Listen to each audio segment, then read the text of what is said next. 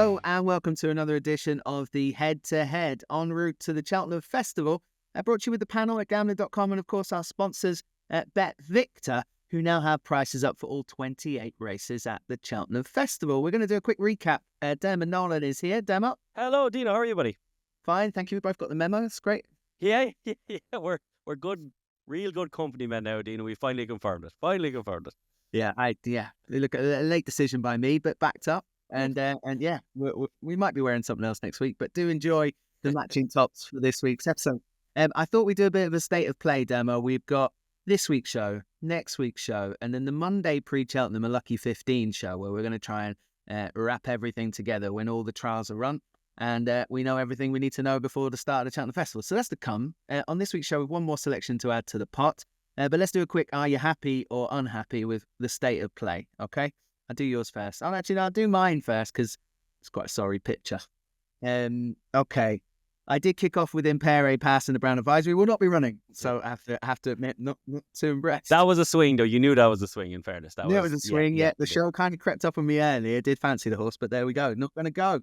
Work ahead in the Supreme is now 10s from what I put it up at 12s. And I will be putting him up at the preview night. I've come to the conclusion that I do agree with you there. I think he's, I think he's great chance. I think that's going to be a proper short now, so I'm happy with 12s. It's currently 10s with BetVictor, our sponsors. You can still get on at those prices. That race isn't as cut as dried as perhaps the market will tell you. And this one looks like the one that hasn't done anything wrong. So yeah, happy. Work ahead in there at 10s. I got it in at 12s. The company sergeant is 12s from 20s for the Jack Richards novices chase. Cromwell might fire a couple of darts, but no, I'd be very happy with that. 12s from 20s. We've all been caught. The Nigel Twist and Davies camp have decided not to enter it for the ultimate and also sell it. So that went well. That's gone terrifically well, yeah. The target looks like it's going to be, it might run at the festival, won't run in the race I wanted to run. Target looks to be the Grimthorpe for them.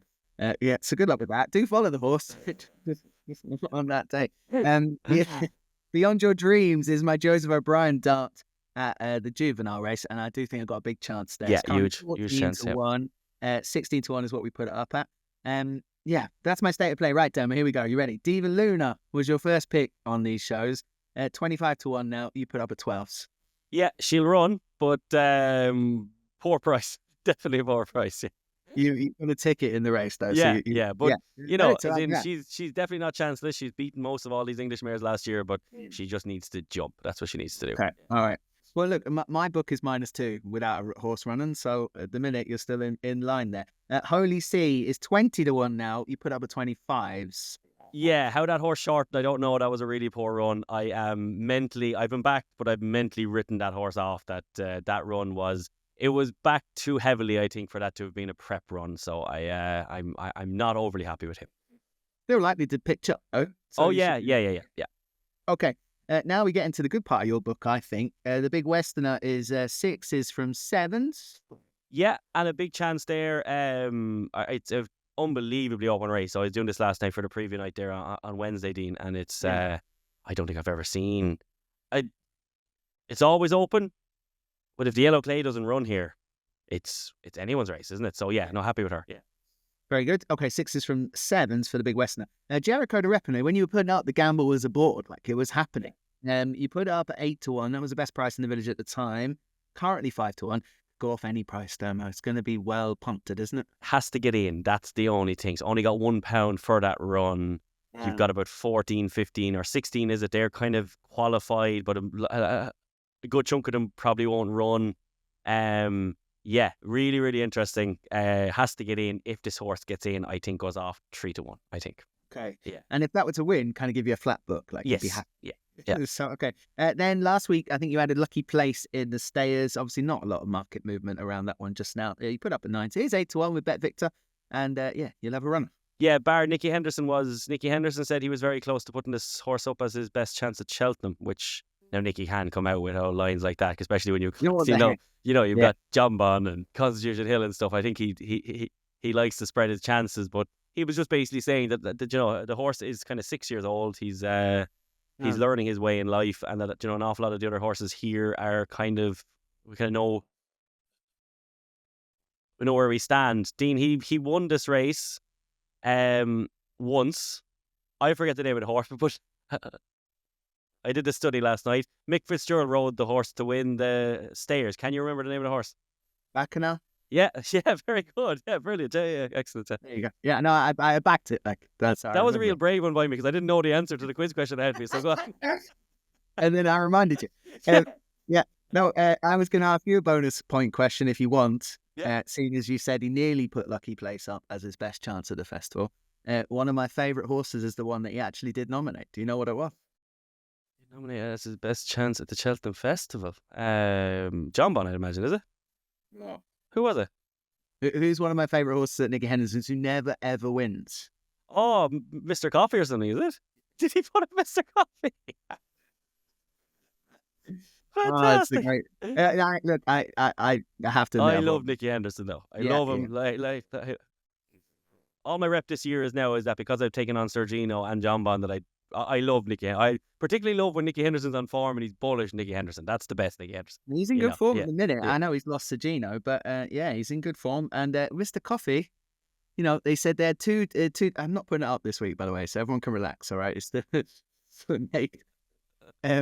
But yeah, he said he had two choices. We go hunter chasing or we try and revive him over the banks. The Grand National, when he led all the way to pretty much the last, took a lot out of the horse and obviously hadn't won up to that point. So, yeah, he's a tricky old character. I'd love him to win that race. Remember him and remember like Bywise and all these horses like that. You just always wanted them to win one and they just never quite did it. Yeah, well, he could do it this year. He's got a couple of like Stumpstown and nonsense to take on this handicap. So, could happen. I will be on, of course, and we'll talk about that as Cheltenham runs around, Mr. Coffee. Anyway, look, I'll give you mine first this week, okay, Diarmuid, because it's on the same vein. Same sire as Sergino, actually, or missed the Cheltenham Festival, is Impose Trois. It's also Nicky Henderson. It is going to go for the Coral Cup, although it has an entry in the Martin Pipe. Similar races these days, of course, but the Coral Cup is where they will go. They were going to win the Lanzarote. I think it's one of the best handicapped horses at the Nicky Henderson yard. It's on a marker 141 for beating guard. Your Dreams, I think, last time, which was a good run, but I always think there's so much more left in the locker with this horse. I don't think they've actually let it fully go. Yet had some fantastic runs. I imagine Nico de Boinville will be back on, because it should be the main one from the Hendo yard, although Mark Walsh, of course, might have something to say about it. But it depends what else runs in the race from the McManus yard. Yeah, Nico on the horse, I think it's 3 wins. Mark doesn't quite get the UK horses, though, anyway, does he? No, it's very much the Irish horses there. Yeah. And of course, there is that French thing, Kopek, whatever it's called, favourite for every other race that they possibly entered it for, that could pitch up there. But I'm not sure they will. And even if they do, I'd still want to be on Impose Trois. It's currently 14-1 with BetVictor. I think that's a very fair price. If the race shakes up like I think it might, this will be single figures. And I'm very keen. It might be Nicky's best in all the handicaps. By Mr. Coffee, of course. All right. Diarmuid, over to you. That's my addition. I am also a JP horse this week. Went on a bit of JP bingo there last night. Cray Billy ran an absolute screamer last year. I was big on shaking up Harry, so I wasn't sad on the day, but God, he was one massive eye catcher there. He ran through for second and was relatively unlucky because he kind of pitched 3 out and then couldn't quite get back the winner because Ben Jones kicked the winner from 2 out, and then John Joe Jr. couldn't quite get Cray Billy to him. But the horse managed to hold off all the other runners. I just thought it was a screaming run. And what I really love, Dean, is that he hasn't done a tap this season. He's now 2 pounds lower than last year. And JP's done this loads of times, obviously, but I like when JP has a horse that goes close in a handicap. Like, remember, he'd your old friend Early Doors as well. That horse ran on a Martin Pipe, was second. They did nothing with him all year, and then came back in. Cray Billy, to me, looks thrown in. But the key thing with him is that he's 8-1 there with BetVictor. The favourite is Jaguar, who's 6-1. Jaguar was brilliant last time, but Jaguar qualifies for the Jack Richards Novice Handicap Chase. And I think JP McManus and Frank Berry are too clever not to run a novice handicap chaser in a novice handicap chase off that marker 140. So I think Jaguar will go there. Cray Billy's also in the Ultima, so I am taking a chance here. But they also have Johnny who has been equally not doing a whole pile this season and is definitely better than that mark. So I think Johnny Who goes Ultima, Jaguar goes to the Jack Richards, and then Cray Billy goes back for the plate, in which he finished second last season. And I would envisage this horse, who's now 8-1, again 7-2 at 4-1 or so on the day. I don't like sometimes when they train a horse maybe not to win over a year, because it's sorry, not that they do that, but when the horse hasn't won a race over a year, I kind of prefer to see them even go up a few pounds, but just to kind of win one. But Craigbilly has shown an aptitude for this course and distance, which is a massive thing in these races over this distance. And at 8-1 or so, Dean, I do think he's a very good bet. I really do. Alrighty, Craigbilly goes in for the Trusted Trader Plate. Of course, it's currently 8-1, non-runner, no bet. So if it doesn't go there, you're covered anyway with BetVictor.